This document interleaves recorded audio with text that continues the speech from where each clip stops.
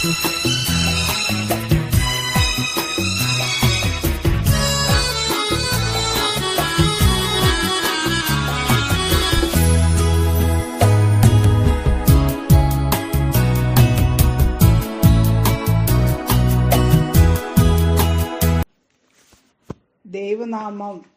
മഹത്വപ്പെടുമാറാകട്ടെ. യേശുക്രിസ്തുവിൻ്റെ നാമത്തിൽ നിങ്ങൾക്കെല്ലാവർക്കും ഷാലോം. ദൈവത്തോട് പറ്റിച്ചേർന്ന് നിന്നാൽ ദൈവം വിശാലത വരുത്തും എന്നാണ് ഇന്നത്തെ ചിന്താവിഷയം. ദൈവത്തോട് പറ്റി നിന്നാൽ 7 വാഗ്ദത്തങ്ങൾ ദൈവം നൽകുന്നതായി 91 സങ്കീർത്തനത്തിൽ പറയുന്നു. അവൻ എന്നോട് പറ്റിയിരിക്കയാൽ ഞാൻ അവനെ വിടുവിക്കും. അവൻ എൻ്റെ നാമത്തെ അറികയാൽ ഞാൻ അവനെ ഉയർത്തും. അവൻ എന്നെ വിളിച്ചപേക്ഷിക്കും, ഞാൻ അവന് ഉത്തരമരുളും.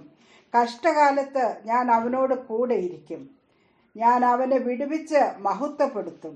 ദീർഘായുസ് കൊണ്ട് ഞാൻ അവന് തൃപ്തി വരുത്തും. എൻ്റെ രക്ഷയെ അവന് കാണിച്ചു കൊടുക്കും. ഇന്ന് ഞെരുക്കത്തിൻ്റെ വഴിയിലൂടെ സഞ്ചരിക്കുന്നു എങ്കിലും ദൈവം വിശാലത വരുത്തും. 4-ാം സങ്കീർത്തനത്തിൽ ദാവീദ് പറയുന്നു, ഞാൻ ഞെരുക്കത്തിൽ ഇരുന്നപ്പോൾ നീ എനിക്ക് വിശാലത വരുത്തിയെന്ന്. അതുപോലെ ശലോമോൻ രാജാവിന് ദൈവം ജ്ഞാനവും ബുദ്ധിയും കടൽക്കരയിലെ മണൽ പോലെ ഹൃദയ വിശാലതയും കൊടുത്തു. നമ്മുടെ ഉടയവനായ ദൈവം ഇടുക്കത്തിൻ്റെ ദൈവമല്ല, പുഷ്ടിയുടെയും നിറവിൻ്റെയും കവിഞ്ഞൊഴുക്കിൻ്റെയും ദൈവമാണ്. ദൈവസന്നിധിയിൽ ആണ് സന്തോഷത്തിൻ്റെ പരിപൂർണത. അവിടെ നിന്നാണ് സകല ബുദ്ധിയെയും കവിയുന്ന സമാധാനം കൊണ്ട് നമ്മെ നിറയ്ക്കുന്നത്. അവിടെ നിന്നാണ് രക്താംബരം പോലെ കടുചുവപ്പായ പാപങ്ങളെ ഹിമം പോലെ വെളുപ്പിക്കുന്നത്. അവിടുത്തെ ദയയും കരുണയും ആകാശത്തോളവും വിശ്വസ്തത മേഘങ്ങളോളവും എത്തുന്നു. എന്നാൽ ഒരു വഴി മാത്രം ഇടുക്കമുള്ളതാണ്, അത് ജീവങ്കലേക്കുള്ള വാതിലും വഴിയുമാണ്. ഞാൻ വഴിയും സത്യവും ജീവനുമാകുന്നു എന്ന് യേശു പറഞ്ഞു. എന്നാൽ ആ വഴിയിലൂടെ വിജയകരമായി കടന്നുപോയാൽ ദൈവം നമ്മെ വിശാലതയിൽ എത്തിക്കും. കാലേബും യോശുവയും യഹോവയോട് പൂർണ്ണമായി പറ്റി നിന്നതുകൊണ്ട് വാഗ്ദത്ത നാട്ടിൽ പ്രവേശിച്ചു.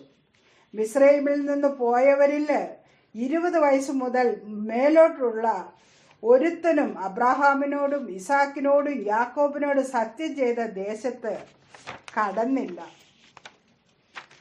പ്രവാചകനായ യിരെമ്യാവ് പറയുന്നു, കച്ച ഒരു മനുഷ്യൻ്റെ അരയോട് പറ്റിയിരിക്കുന്ന പോലെ ഞാൻ ഇസ്രായേൽ ഗൃഹത്തെ മുഴുവനും യഹൂദ ഗൃഹത്തെ മുഴുവനും എൻ്റെ ജനവും കീർത്തിയും പ്രശംസയും അലങ്കാരവുമാകേണ്ടതിന് എന്നോട് പറ്റിയിരിക്കുമാറാക്കി. അവർക്കോ അനുസരിപ്പാൻ മനസ്സില്ലാതെ ഹൃദയത്തിൻ്റെ ശാഠ്യം പോലെ നടക്കുകയും അന്യദേവന്മാരെ സേവിച്ച് നമസ്കരിക്കേണ്ടതിന് അവരോട് ചേരുകയും ചെയ്തു. മൊബാബ്യ സ്ത്രീയായ രൂത്ത് സ്വജനത്തെയും പാരമ്പര്യത്തെയും സ്വന്തം ദേശത്തെയും വീടിനെയും ഉപേക്ഷിച്ച് ജീവനുള്ള ദൈവത്തോട് പറ്റി നിന്നു. യേശുവിൻ്റെ വംശാവലിയിലൂടെ കടന്നുകൂടുവാൻ തക്കവണ്ണം ദൈവം അവളുടെ വഴിയെ വിശാലമാക്കി. വഴി ഇടുക്കമുള്ളതാണെങ്കിൽ ദൈവത്തോട് പറ്റി നിന്ന് പരിശുദ്ധാത്മാവിനാൽ ശക്തി പ്രാപിച്ച് മേൽക്കുമേൽ ബലം പ്രാപിച്ച് സ്വർഗീയ സിയോനെ ലക്ഷ്യം വച്ച് ഓടേണ്ടതാണ്. ഏലിയാവിന് 40 കിലോമീറ്ററോളം ആഹാബിൻ്റെ രഥത്തിനും കുതിരകൾക്കും മുമ്പേ ഓടുവാൻ കഴിഞ്ഞത് ദൈവത്തോട് പറ്റി നിന്ന് പുതുശക്തി പ്രാപിച്ചതിനാലാണ്. സാധാരണയായി ഓട്ട മത്സരത്തിൽ ഒന്നാമതായി ഓടിയെത്തുന്നവനാണ് സമ്മാനം. എന്നാൽ ഞെരുക്കത്തിൻ്റെ വഴിയിൽ കൂടി ഓടി ഓട്ടം തികയ്ക്കുന്ന ഏവർക്കും സമ്മാനമുണ്ട്. യെശയ്യാവിൻ്റെ പുസ്തകം 40:28 പറയുന്നത് ശ്രദ്ധിക്കുക.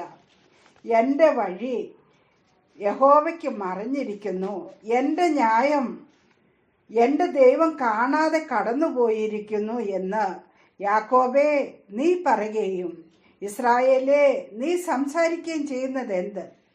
നിനക്ക് അറിഞ്ഞുകൂടെയോ? നീ കേട്ടിട്ടില്ലയോ? യഹോവ നിത്യദൈവം, ഭൂമിയുടെ അറുതികളെ സൃഷ്ടിച്ചവൻ തന്നെ. അവൻ ക്ഷീണിക്കുന്നില്ല, തളർന്നു പോകുന്നതുമില്ല. അവൻ്റെ ബുദ്ധി അപ്രമേയമത്രേ. അവൻ ക്ഷീണിച്ചിരിക്കുന്നവന് ശക്തി നൽകുന്നു, ബലമില്ലാത്തവന് ബലം വർദ്ധിപ്പിക്കുന്നു. ബാല്യക്കാർ ക്ഷീണിച്ച് തളർന്നു പോകും, യൗവനക്കാരും ഇടറി വീഴും. എങ്കിലും യഹോവയെ കാത്തിരിക്കുന്നവർ ശക്തിയെ പുതുക്കും. അവർ കഴുകനെ പോലെ ചിറകടിച്ച് കയറും.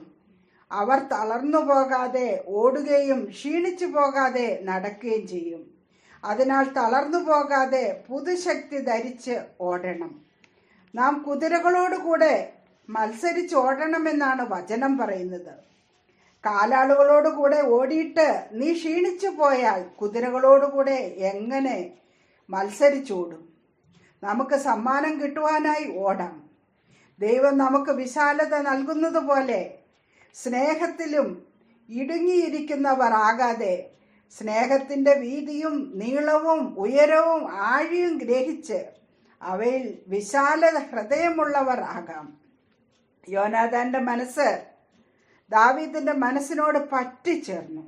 യോനാഥാൻ ദാവീദിനെ സ്വന്തം പ്രാണനെ പോലെ സ്നേഹിച്ചു. നമ്മുടെ സ്നേഹം നിർവ്യാജമായിരിക്കട്ടെ. തീയതിനെ വെറുത്ത് നല്ലതിനോട് പറ്റിക്കൊള്ളുവിൻ.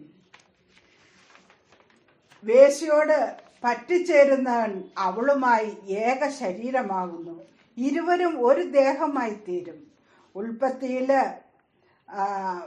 2:24 പുരുഷൻ അപ്പനെയും അമ്മയെയും വിട്ടുപിരിഞ്ഞ് ഭാര്യയോട് പറ്റിച്ചേരും, അവർ ഏകദേഹമായി തീരും എന്ന് വായിക്കുന്നു. കർത്താവിനോട് പറ്റിച്ചേരുന്നവനോ അവനുമായി ഏക ആത്മാവാകുന്നു. ദുർനടപ്പ് വിട്ടോടുവിൻ. മനുഷ്യൻ ചെയ്യുന്ന ഏത് പാപവും ശരീരത്തിന് പുറത്താകുന്നു. ദുർനടപ്പുകാരനോ സ്വന്തം ശരീരത്തിന് വിരോധമായി പാപം ചെയ്യുന്നു. ദൈവത്തിന്റെ ദാനമായി നിങ്ങളിൽ ഇരിക്കുന്ന പരിശുദ്ധാത്മാവിന്റെ മന്ദിരമാകുന്നു നിങ്ങളുടെ ശരീരം. നിങ്ങളെ യേശുവിന്റെ വിലയേറിയ രക്തത്താൽ വിലയ്ക്ക് വാങ്ങിയിരിക്കാൻ നിങ്ങൾ താങ്കൾക്കുള്ളവർ അല്ല. നിങ്ങളുടെ ശരീരം കൊണ്ട് ദൈവത്തെ മഹത്വപ്പെടുത്തണം. നിങ്ങൾ ദൈവത്തിന്റെ മന്ദിരമാകുന്നു.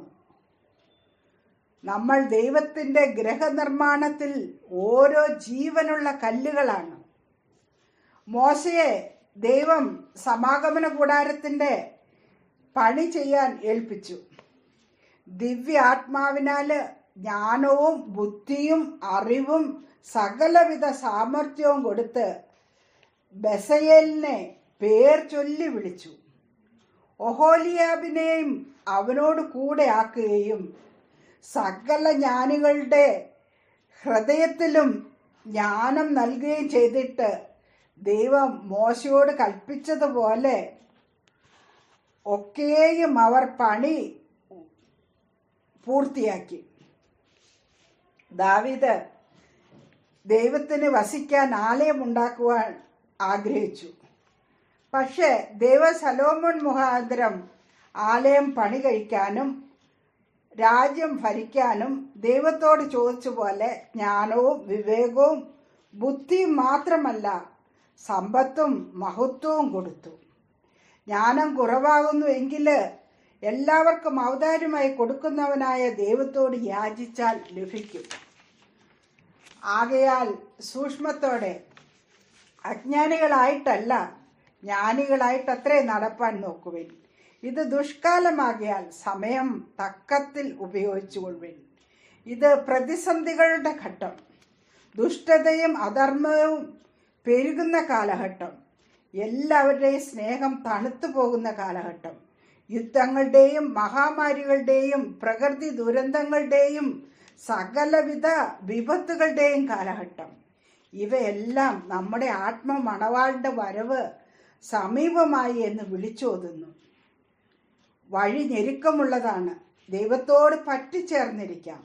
വീണു പോകാതെ നമ്മെ തന്നെ സൂക്ഷിച്ച് അക്കരെ നാട്ടിലെത്തുവാൻ സർവേശ്വരന്റെ കൃപയ്ക്കായി യാചിക്കാം. ദൈവനാമം വാഴ്ത്തപ്പെടുമാറാകട്ടെ. ഹല്ലേലൂയ.